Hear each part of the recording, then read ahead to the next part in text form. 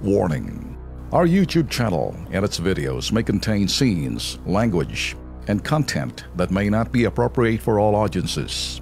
These videos include surveillance footage, undercover pursuit of suspects, actual police and rescue operations, and fearless confrontations. If you do not approve of the content, please do not watch our videos. If you wish to continue, we strongly advise that you proceed with caution. Viewers' discretion is advised.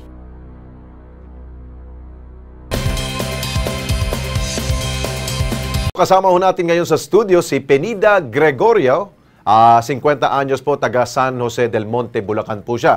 Inirereklamo po niya sa atin ang ginagawa hong paniningil ng presidente daw ho ng kanilang Parent Teacher Association o PTA dyan ho sa pampublikong paaralan na pinapasukan po ng kanya pong anak na grade 10 ngayon dyan sa Towerville National High School sa San Jose del Monte, Bulacan.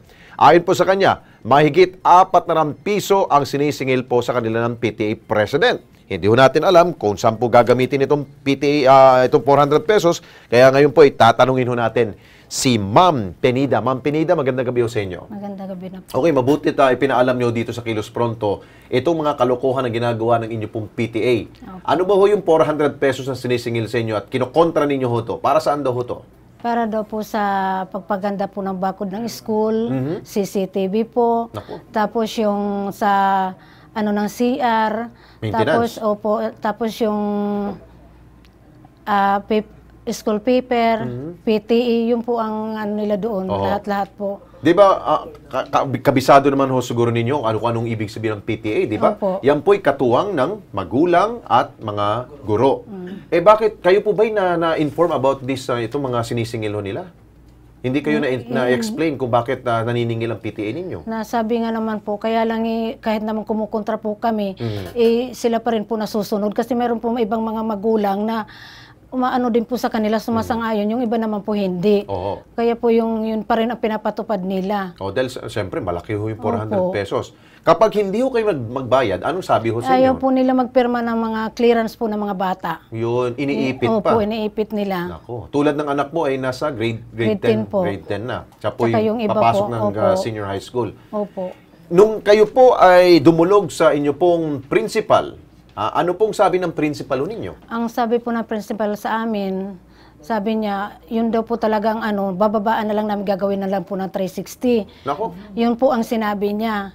Kasi yun daw po ang nakaano sa kanila. Imbis na kayo'y tulungan at panigan, yung sinabi pa, pwede kayo magbayad na mas mababa doon sa 400. Opo. Magkano na lang daw? 360 po. 360 po. Imbis na siya nagsabi na, oy, pa-imbis na hindi niya sinabi ho yun? Hindi po. Anong pangalan ng principal ho ninyo sa Towerville National High School na yan? Si Mrs. Lourdes Robes po. Bago lang po kasi siya. Lourdes Robes po. Robes.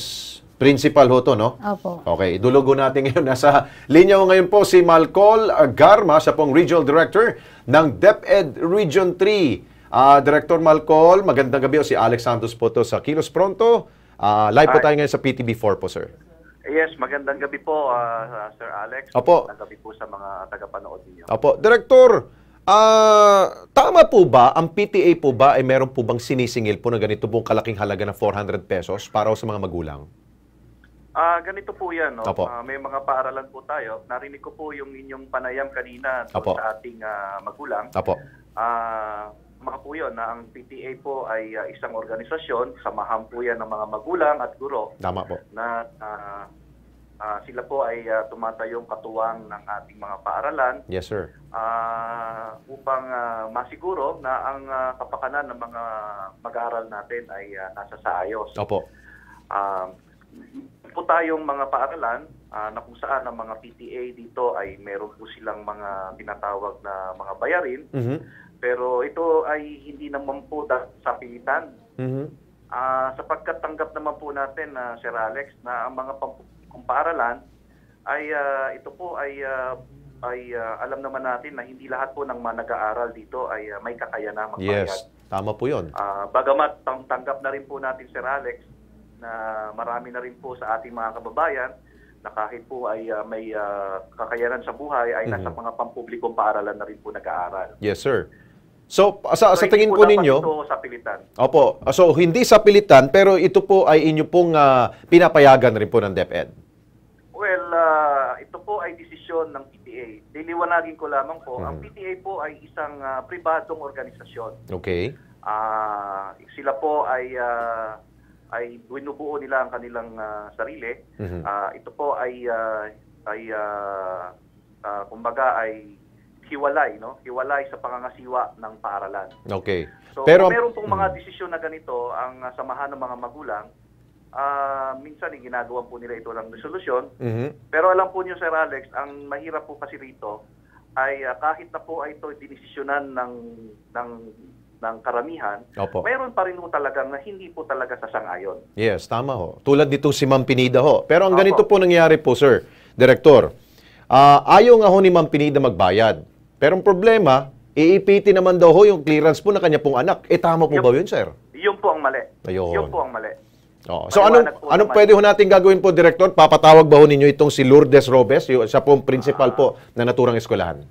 Ganito po, ang Towerville National High School ay nasasakupan po ito ng City School of San Jose del Monte. Opo. At meron po tayong superintendent dyan, si Superintendent Emily Pascual.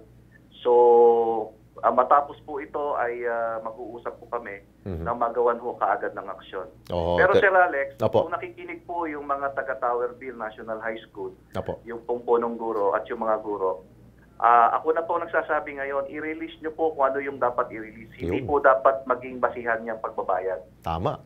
Which is, Hindi po dapat yan. Hindi po dapat. Oo, dahil sabi nga ho ninyo, sir, na hindi naman po ito sa pilitan na kailangan nila magbayad dito dahil nga po yung pinag-usapan, kahit na kasapi ho ang mga magulang po dyan sa PTA na yan, kung wala ho talaga sila may bibigay, wag naman ho nila ipitin yung pong kinabukasan po ng mga anak ko nila, sir. Hindi po tama yun. Yung po ang mali. Yung pong voluntaryong pagbibigay Yes, sir. ng tulong ng mga magulang sa paaralan, tinatanggap po natin yan at tayo po ay nagpapasalamat. Okay. Pero kung yan po ay magiging basihan upang lahat po ay sa pilitang pagbayarin, yun po ang mali, Yes, Sir sir. Alex. Siguro po, Director, mas maigi siguro kung ilagay po natin sa black and white po yan na papel, at least malaman po ng Towerville, sir, no? Pwede ba natin magawa yun, sir? Ganito po, bukas actually, ang gagawin po natin dyan, magbibigay po tayo ng utos doon sa ating Yes. superintendent to conduct a fact-finding Yun. investigation. Sige Para po. po malimi mabuti kung ano ba talaga yung mga bayarin na yan. Okay. Marami po rin sa narinig ko kaninang binabanggit ni Nanay ng Oho. mga bayarin. Sa totoo lang po, ito ay responsibilidad ng paaralan. Tama. CCTV ba naman, sir? Sasaluhin po ng mga magulang? Meron naman pong pangtustos at panggastos ang Yun. paaralan natin sa pamamagitan po ng kanilang mga MOE. Opo. Yung pong papanatili ng kalinisan at kaayusan ng paaralan Yeah. ay responsibilidad po ng paaralan. At yan po ay dapat alam ng punong guro. Okay. With that, Director Marcol, maraming salamat po, sir. At asahan po natin at meron pong agarang action po dito, sir. Thank you, sir. Opo, Sir Alex, Opo. ano lang po doon sa inyong staff yung pangalan po at para ho makuha po ng personal yung detalye. Okay po. We'll do that, sir. Thank you so much. Good evening, sir. Maraming salamat po. Si Director Malcol Garma ng DepEd Region 3. Ayun, mabilis ang action kaagad, ma'am, no? Okay, salamat. Kaya makahinga na ho kayo ng mabuti at ma-release na po yung clearance sa inyo pong anak. Okay, ma'am? Okay po. Thank you. po. Okay.